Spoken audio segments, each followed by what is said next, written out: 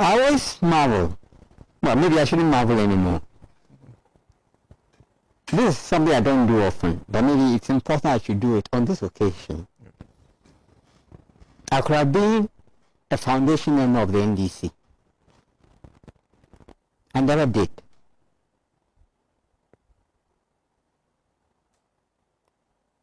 Because I've been arrested in 1987 on the orders of Mr. Rawlings.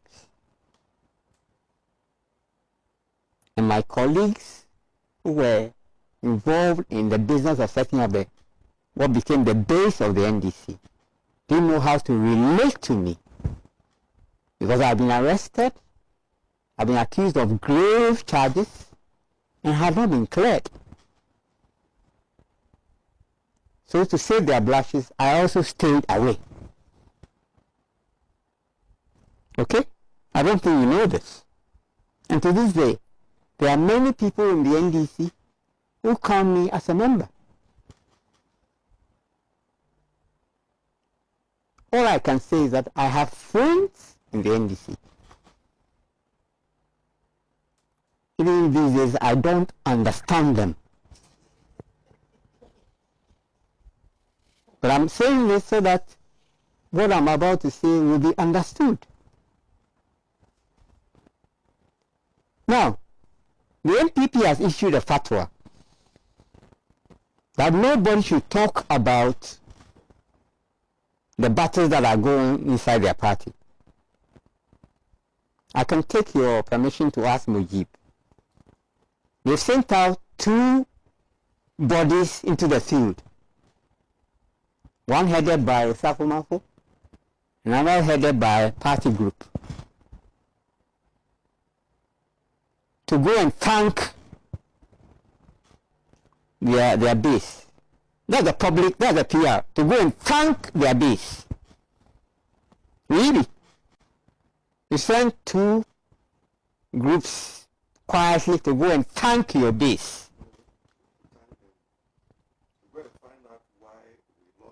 Oh! Parliament, we couldn't perform. We performed 169 to 137. Okay. We have to find out why. You see, I made a point about the incompetent campaign that the NDC ran. In 2020, the NDC had a very simple business. They had to point out the recklessness of the MPP and the difficult position that it was going to put us all in by their recklessness and thievery. And to speak plainly and truthfully to the Ghanaian people, that the next several years are going to be very, very difficult.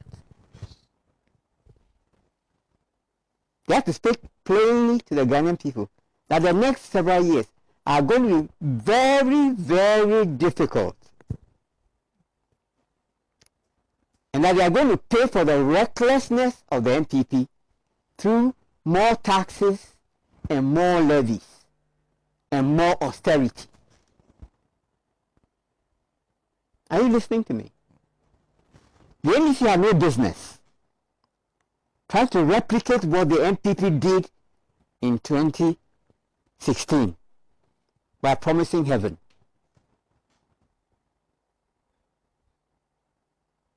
Which is why I can share in the sentiment that ALHAJI Suini expressed, that maybe defeat, in inverted commas, is a blessing. Because these crooks, these con people, would have been on the high roofs talking about the incompetence of Mahama. Are you following the point I'm making? Ahead of the election in 2016, the NDC rightfully said that we could look forward to some good prospects because of some difficult decisions they have taken previously. Right? The NPP came to harvest those things. Yet, through their recklessness, we are going to pay for it, like I said. The working people of this country are going to pay for it through higher taxes, through higher levies, through higher utility bills.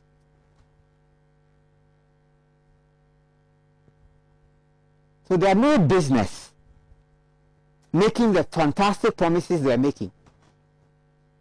And at a certain point, people knew that they could not be sincere.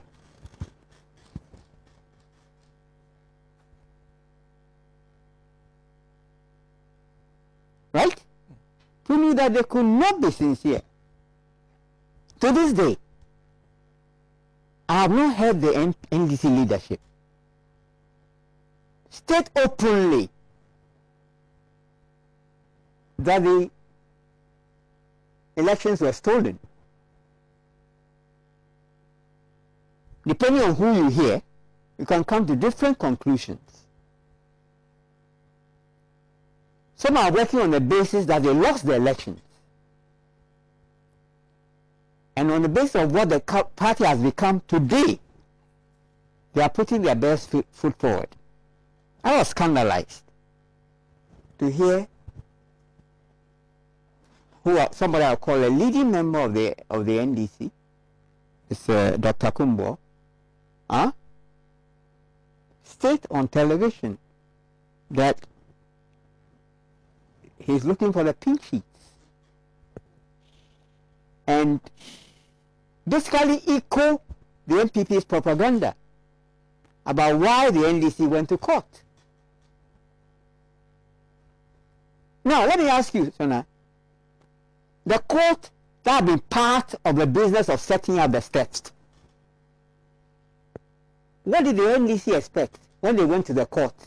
That the court will help them to unearth how the thing was done? Will they do that? The court was an accomplice in setting up the theft. Did the NDC really expect the court? If that woman had been crazy enough to want to do that, the court would have stopped her. Because the court was an accomplice in setting up the theft. And I've given you the basis. When they said that the EC, in carrying out its mandate, could do as it pleased, what did they mean? So the EC chair could change the law, insert a regional coalition as a basis for doing what was necessary if they couldn't do it at the constituency coalition centers. Then our president, the commander-in-chief, injects the military. On his orders, on his instructions, people are killed to this day. The NDC cannot speak directly to these matters. And they're asking for what? An investigation. Who is the commander-in-chief of the armed forces? So I asked myself, this, my friends, do you think the NPP will be horsing around looking for who was responsible? They will go straight and say that it is the president. And they will be talking about President Mahama. And they will be right. So why are they horsing around and they cannot even speak directly to these matters? That it was on the night of the 7th through the 8th up to the declaration, the injection of the military and the police, the firing at protesters and their killing was on the direct instructions of the president, nobody else.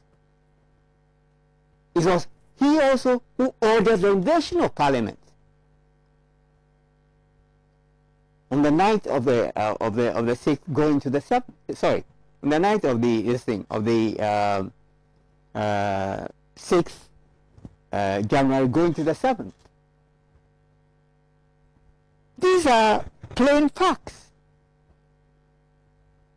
But do you hear anybody talking about what's going on in the MPP? There's an internal going on in the MPP, maybe far bigger than in the NDC, for several reasons. One, everybody in the MPP knows that they failed. That's why they lost.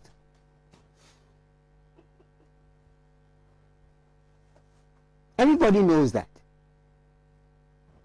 Second, they know that the president stole a second term inside the NPP. They know. And third, they know that he is maneuvering to impose Baumia so that he can serve out a third term and consolidate his control over the party. That's why they are out of the gates this early. But because they control the media, they will not speak about it. You will not hear this matter spoken about on Joy FM. It will not be spoken about on City FM. It will not be spoken about on Metro. And because they are in a very good place. Now for the NDC, it is open game. How come? Because the simple truth is this. And it's difficult to say this. Because they say that you don't speak ill about the dead. But what is going on in the NDC, first of all, is a mark of indiscipline. But how come? Their founder himself was a fount of indiscipline in the party. Their founder was a fount of indiscipline in their party. To the extent that he had become a general of the opposition. And they still go to him as their founder to look for his blessing on their candidate for vice president and other stuff like that. When the person had openly displayed that he is not with you, that he is in fact fighting against you. But you know what? We could speak for the rest of today about the problems of the NDC. One of the things, a few things that I can disagree with the late founder is a point I think he made in Cape Coast about the character of the NDC. He was talking about the character of the NPP. He made the point that they have changed their name severally, right? But they remain true to themselves. The only point he didn't bring out is the fact that they constantly hide their true origins. They never speak about the NLM when they're talking about their history, because that will reveal their terrorist past. So they never speak about the NLM.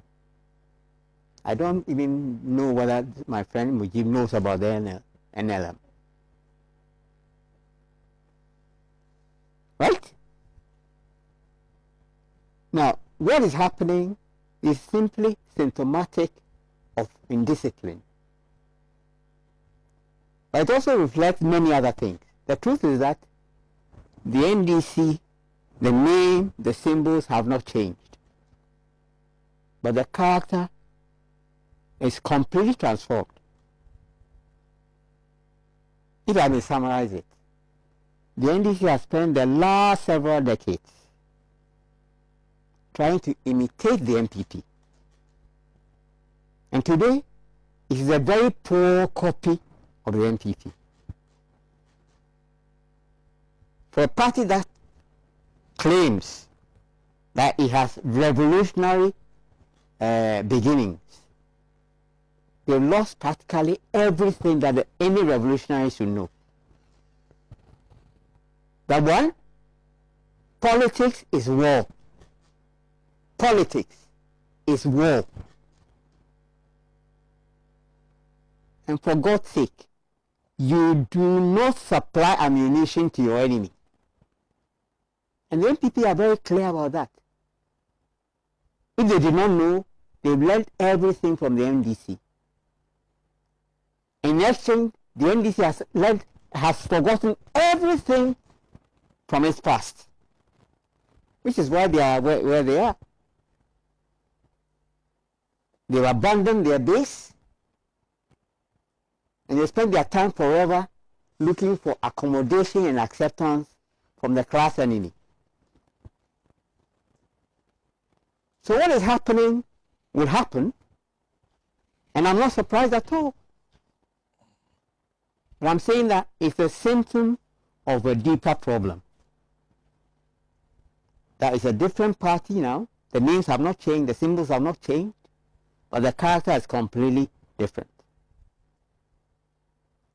And for those of the people on the ground who may not know, it is possible to live profitably in politics, even if you lose. It is possible to live profitably in the business of this kind of politics, even when you lose. But those who are going to pay through their sweat and tears for the higher levies, for the higher taxes, for the austerity, they will not know.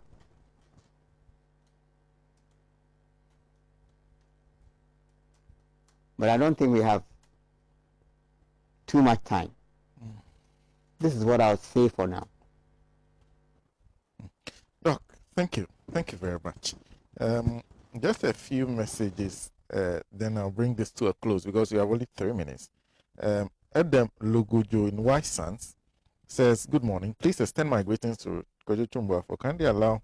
no, please. David Senna says, I am surprised at the ridiculous claim by the so-called cadres that the NDC didn't collate results of the December 7 elections. Is it not the vigilance of the NDC that exposed the cooked and fraudulent results Jane Mensa and her EC put out? They should leave the NDC alone to reorganize and look forward to the 2024 elections. Thank you. And a couple more from our Facebook viewers, those who are watching us via Facebook. We'll read a couple more messages from you.